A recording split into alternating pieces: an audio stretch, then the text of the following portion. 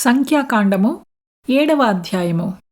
3వ దినమున అర్పణమును తెచ్చినవాడు హేలోను కుమారుడును జెబులూను కుమారులకు ప్రధానుడును అయిన ఏలీయాబు. అతడు పరిశుద్ధమైన తులపు పరిమాణమును బట్టి 130 తులముల ఎత్తుగల వెండి గిన్నెను, 70 తులముల ఎత్తుగల వెండి ప్రోక్షణ పాత్రను, నైవేద్యముగా ఆ రెంటి నిండా నూనెతో కలిసిన గోధుమ పిండిని, ధూపద్రవ్యముతో నిండియున్న 10 తులముల బంగారు ధూపార్తిని, దహన బలిగా ఒక చిన్న కోడెను, ఒక పొట్టేలును, 7 గొర్రెపిల్లను, పాప పరిహారార్థ బలిగా ఒక మేకపిల్లను, సమాధాన బలిగా 2 కోడెలను, 5 పొట్టేళ్లను, 5 మేకపోతులను, 5 గొర్రెపిల్లలను తన అర్పణముగా తెచ్చెను. ఇది హేలోను కుమారుడైన ఏలీయాబు అర్పణము. 4వ దినమున అర్పణమును తెచ్చినవాడు షేదేయూరు కుమారుడును రూబేనీయులకు ప్రధానుడును అయిన ఏలీసూరు.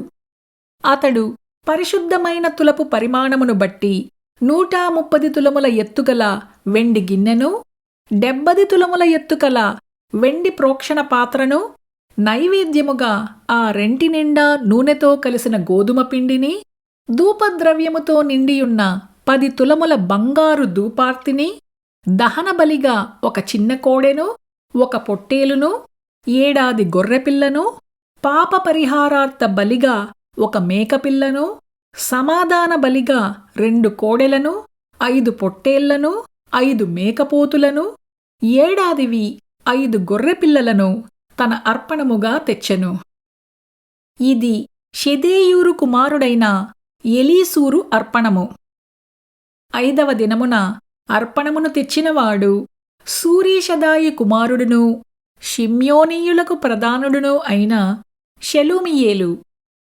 అతడు పరిశుద్ధ తులపు పరిమాణమును బట్టి 130 తులముల ఎత్తుగల వెండి గిన్నెను, 70 తులముల ఎత్తుగల వెండి ప్రోక్షణ పాత్రను, నైవేద్యముగా ఆ రెంటి నిండా నూనెతో కలిసిన గోధుమ పిండిని, ధూపద్రవ్యముతో నిండియున్న 10 తులముల బంగారు ధూపార్తిని, దహన బలిగా ఒక చిన్న కోడెను, ఒక పొట్టేలును, 7 గొర్రెపిల్లను, పాప పరిహారార్థ బలిగా ఒక మేకపిల్లను, సమాధాన బలిగా 2 కోడెలను, 5 పొట్టేళ్లను, 5 మేకపోతులను, 5 గొర్రెపిల్లలను తన అర్పణముగా తెచ్చెను.